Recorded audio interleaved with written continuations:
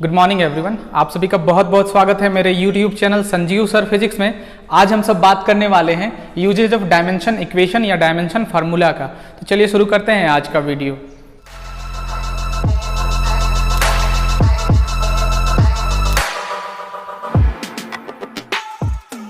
आज हम सब बात करने वाले हैं यूजेज ऑफ डायमेंशन इक्वेशन या डायमेंशन फार्मूला का। जैसा कि पिछला वीडियो में आपको बताया गया था डायमेंशन के बारे में, कुछ फिजिकल क्वांटिटी का डायमेंशन भी निकाला गया था।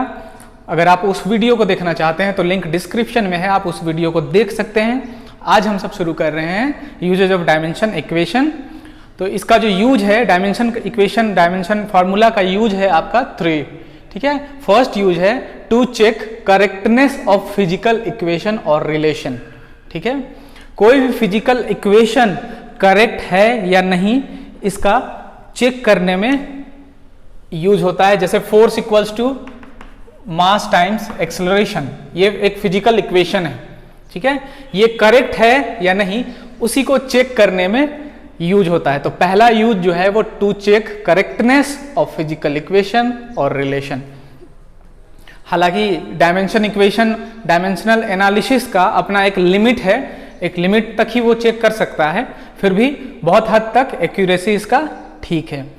दूसरा है to derive the relation between various physical quantity. बहुत सारे क्वांटिटी के बीच में रिलेशन आप इससे डिराइव कर सकते हैं।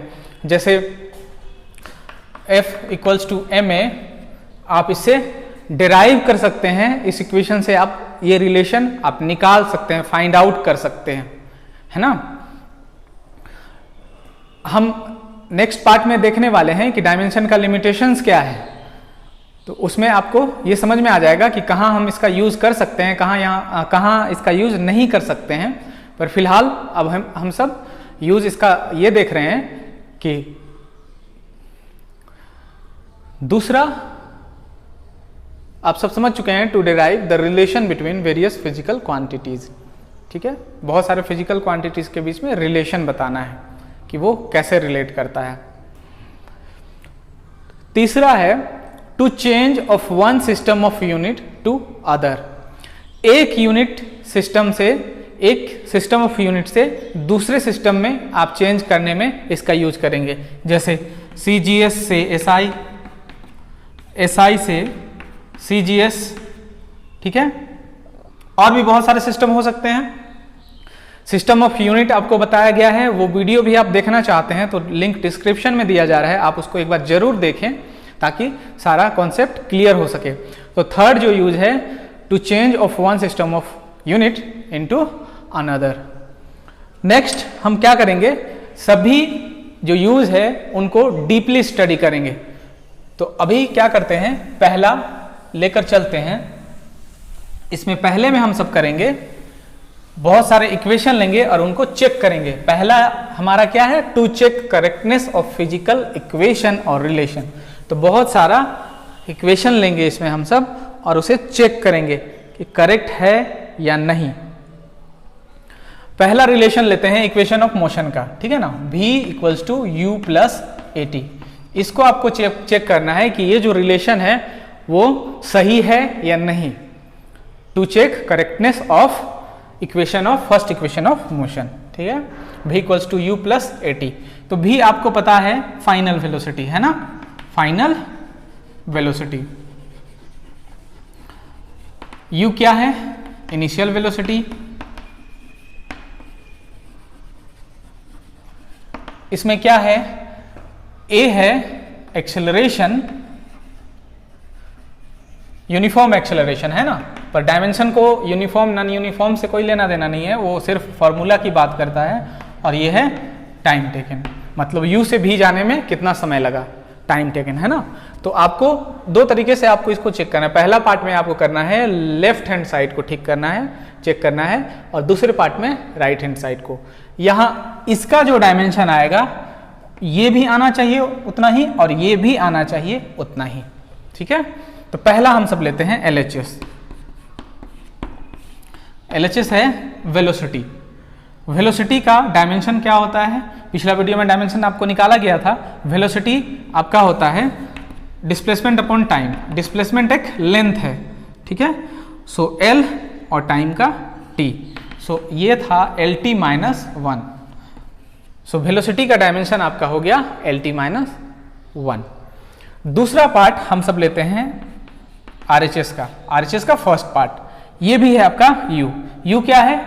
Initial velocity. तो ये भी वेलोसिटी है, तो इसका भी डायमेंशन क्या होगा? LT minus 1। सेकेंड पार्ट क्या है? AT है। AT है सेकेंड पार्ट।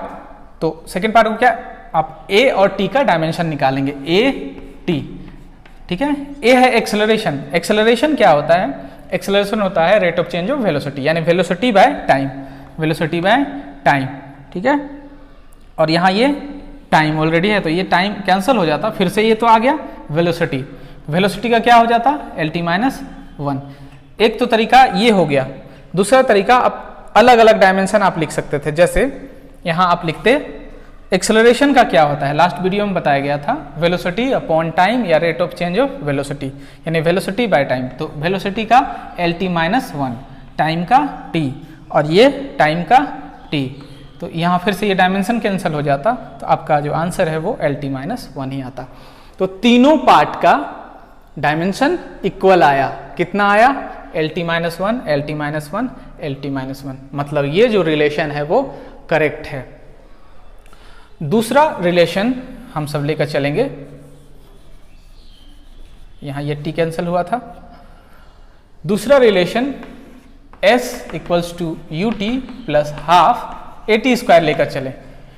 इसको भी आपको प्रूव करना है।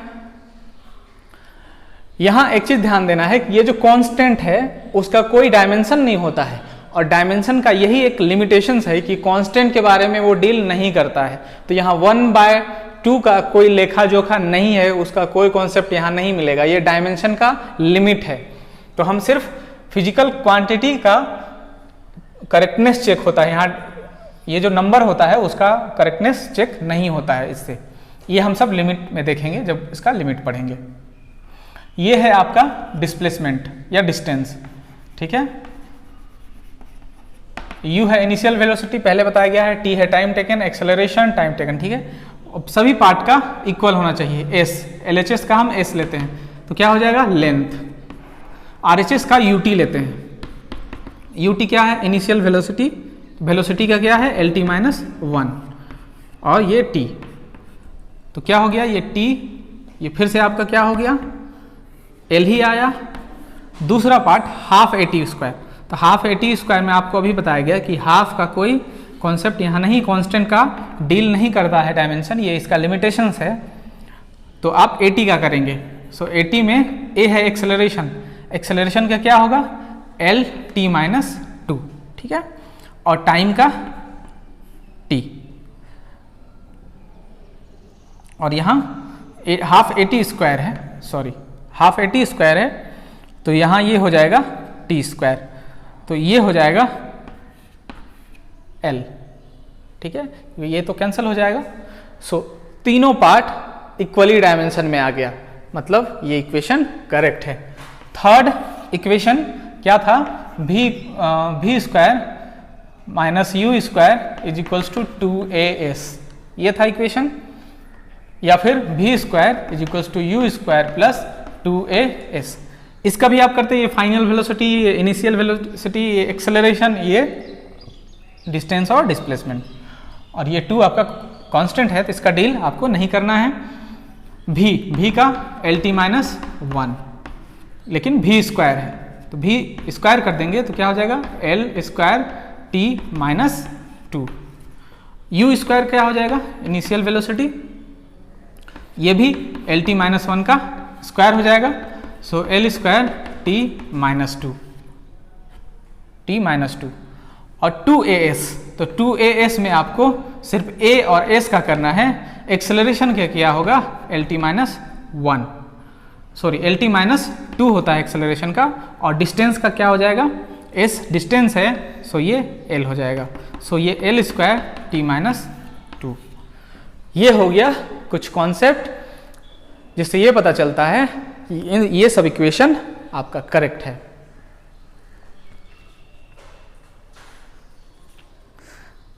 अब और भी रिलेशन को चेक कर सकते हैं।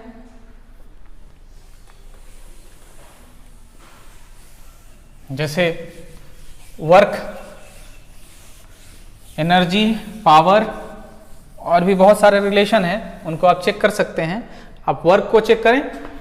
वर्क का जो फॉर्मूला है फोर्स टाइम डिस्प्लेसमेंट, तो इसमें क्या होना चाहिए, वर्क का आपको निकाला गया था, वर्क का m l square t minus 2 equal होना चाहिए इन दोनों के मल्टीपल के। तो फोर्स का क्या होता है m l t माइनस 2 और ये s क्या है, डिस्टेंस है, सो ये l है। So m l square t minus 2 LHS equals to RHS। So work का ये सही है।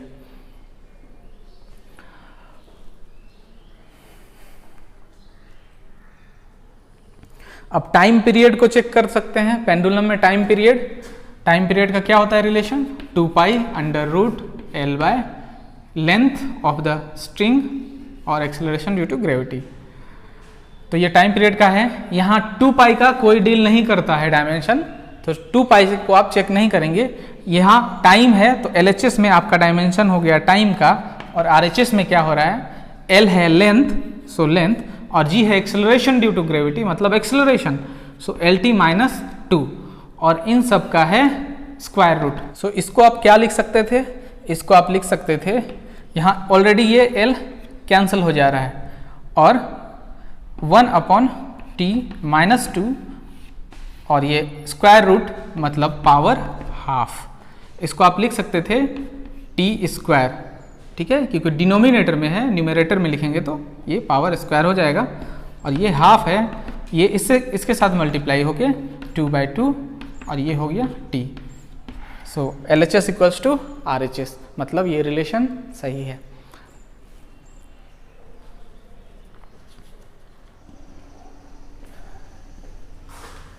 दूसरा इसका यूज है जो हम सब देख चुके हैं, to derive the relation between various physical quantity, various physical quantity.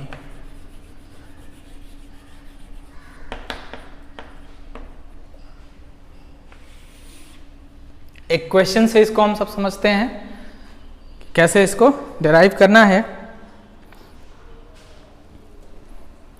Question दिया है, force on an object depends upon mass m and acceleration a।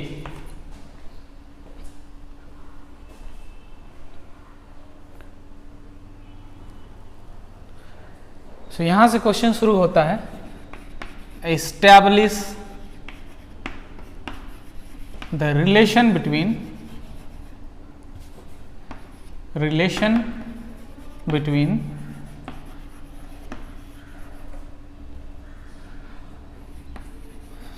Force, mass and acceleration.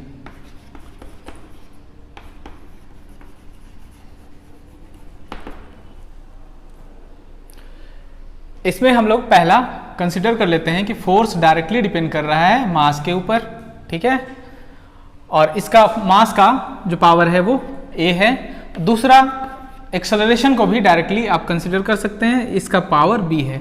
आप इसको इन्वर्सली भी कंसिडर करते तब भी आंसर सही आ जाता, उसमें आपको कोई दिक्कत वाली बात नहीं है। f डायरेक्टली प्रोपोर्शनल टू क्या हो जाएगा, m to the power a acceleration to the power b, ठीक है। यहाँ एक a फॉर एक्सेलरेशन है और ये पावर में है, ठीक है ना। सो इसको आप जब इक्वल करते तो एक कांस्टेंट लगाते m to the power a और acceleration to the power b। यहाँ आप k को सेट करते 1 पे, k अगर 1 ले लेते आपका f equals to m a b a to the power b।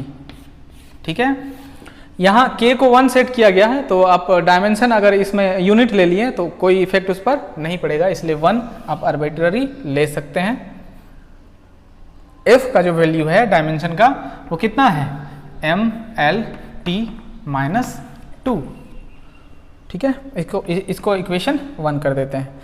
m है, m मास का क्या होता है, m टू द पावर आपका हो गया a इनटू एक्सेलरेशन का क्या होता है, एल टी माइनस 2, इसका पावर है b।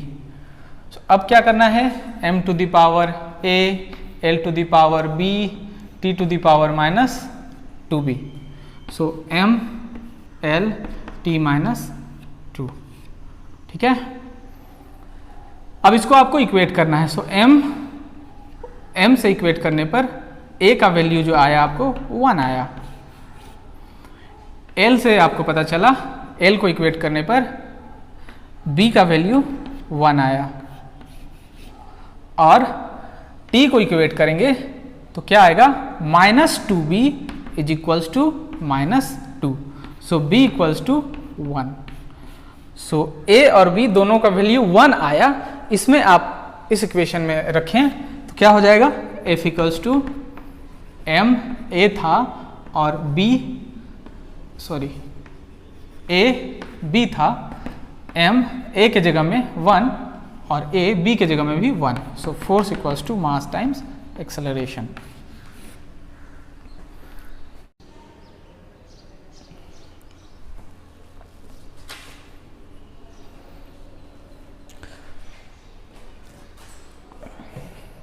इस इक्वेशन को आप एक बार इन्वर्सली पे चेक करें कि इन्वर्सली पे ये काम करता है या नहीं।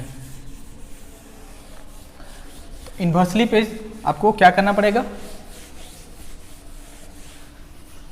इन्वर्सली के लिए आपको कंसीडर करना पड़ेगा f inversely proportional to mass and inversely proportional to acceleration.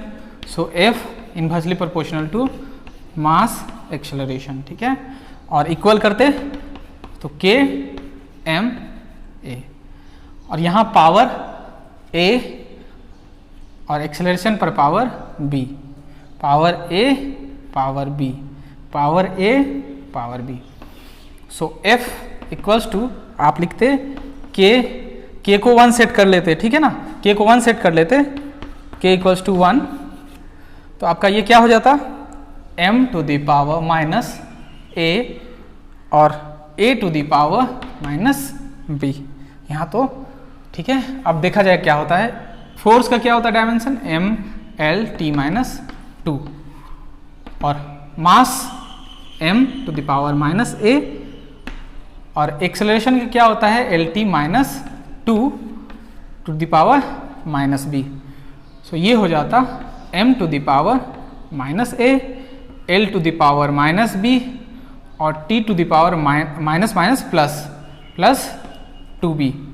अब इसको आप इक्वेट करते, सो m का m के साथ equate, so a equals to -1, l का l के साथ, सो क्या हो जाता, -b इज इक्वल्स टू 1। सो ये आपका देता b इक्वल्स टू -1, और t को इक्वेट करते तो क्या हो जाता, -2 इक्वल्स टू 2b।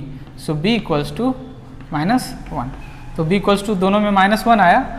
अब आप इसमें इस फॉर्मूले में आप इन सब वैल्यू को पुट करते, सो f इक्वल्स टू क्या हो जाता, m to the power minus है और a का वैल्यू क्या, -1, तो ये हो जाता +1, और a टू द पावर है -b और b की जगह फिर से -1, तो ये 1।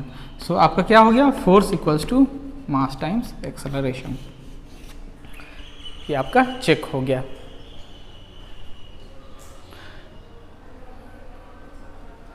तो इसी तरीके से और भी आप क्वेश्चन सॉल्व कर सकते हैं। आप एकदम डायरेक्टली भी ले सकते हैं, या तो अकॉर्डिंग टू क्वेश्चन दे क्या रहा है, डायरेक्टली दे रहा है या इन्वर्सली दे रहा है, उसके अकॉर्डिंग भी लेके आप इसको सॉल्व कर सकते हैं।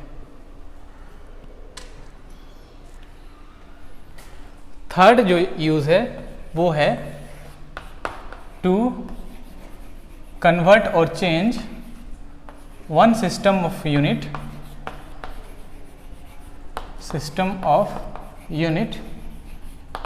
इनटू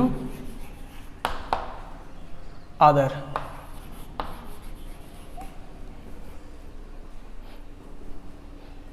एक सिस्टम से दूसरे सिस्टम में यूज करना है।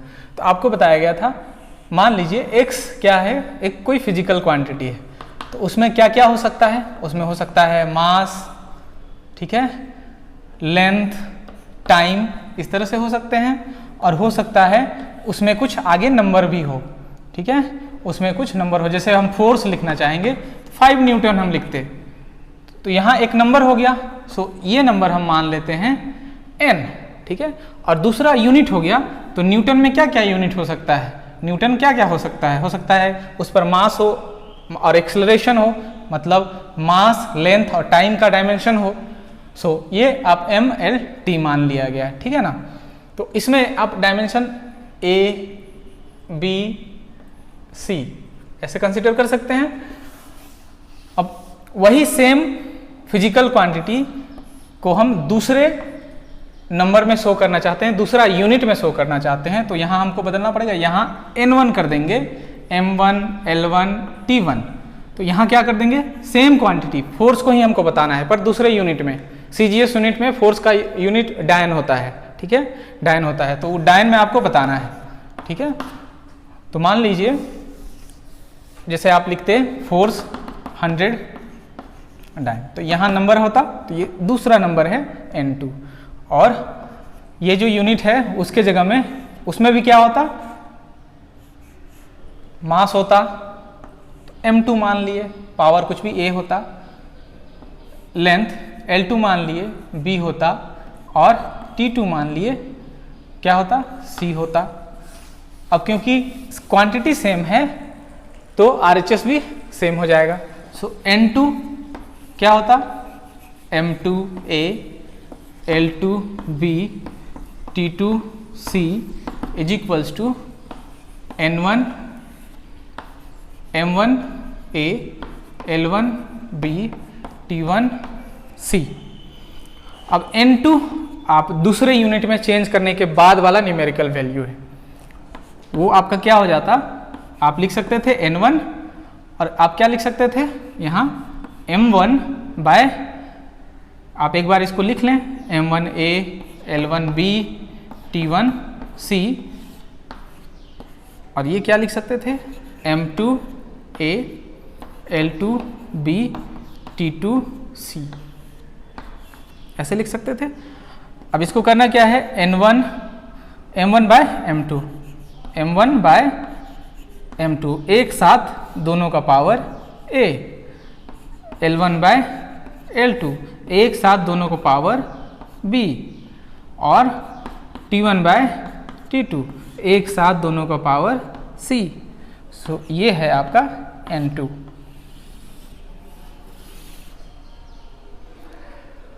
सो ये है बेसिक फॉर्मूला एक सिस्टम यूनिट से दूसरे सिस्टम में चेंज करने के लिए।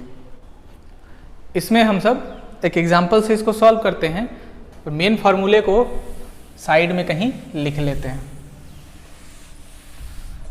फार्मूला है N2 is equals to N1 M1 by M2 A, L1 by L2 B, T1 by T2 C।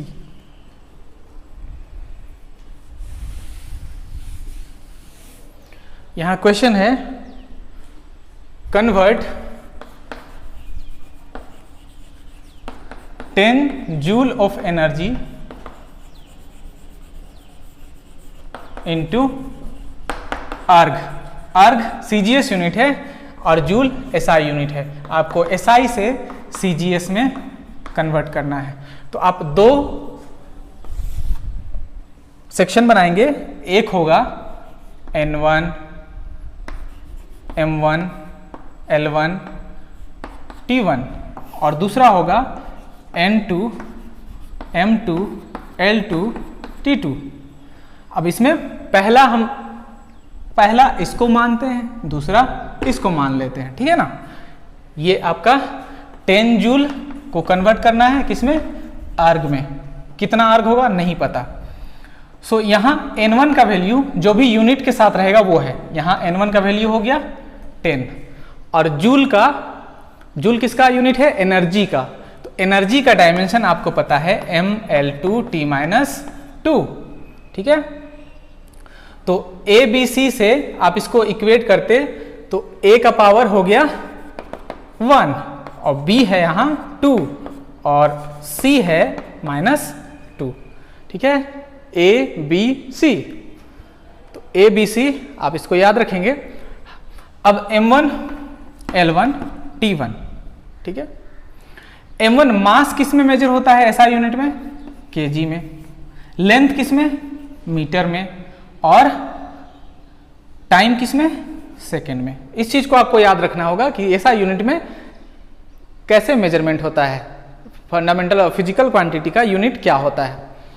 दूसरा N2 हमको निकालना है, नहीं पता कितना होगा। M2 क्या है, अर्ग है CGS यूनिट। CGS का मतलब होता है सेंटीमीटर ग्राम सेकेंड, यानी लेंथ होगा सेंटीमीटर में, मास होगा ग्राम में और टाइम होगा सेकेंड में। मतलब M2 आपको लाना है ग्राम में, ठीक है, और लेंथ सेंटीमीटर में और टाइम तो सेकेंड में ही। तो अब आपको क्या करना है, इस फॉर्मूले में आपको रख देना है। इस फॉर्मूले में जब आप रखेंगे तो आपको कैलकुलेट करना है N2 इक्वल्स टू N1। तो N1 का वैल्यू है हमारा 10 M1/M2, ठीक है। तो M1 का वैल्यू हम सब सारा यूनिट में 1 लेंगे, सारा में 1 लेंगे। M1 का वैल्यू है 1 kg अपॉन M2 का वैल्यू है 1 ग्राम और पावर है A। तो A के जगह में 1 है तो यहां हम सीधे लिख देते हैं 1।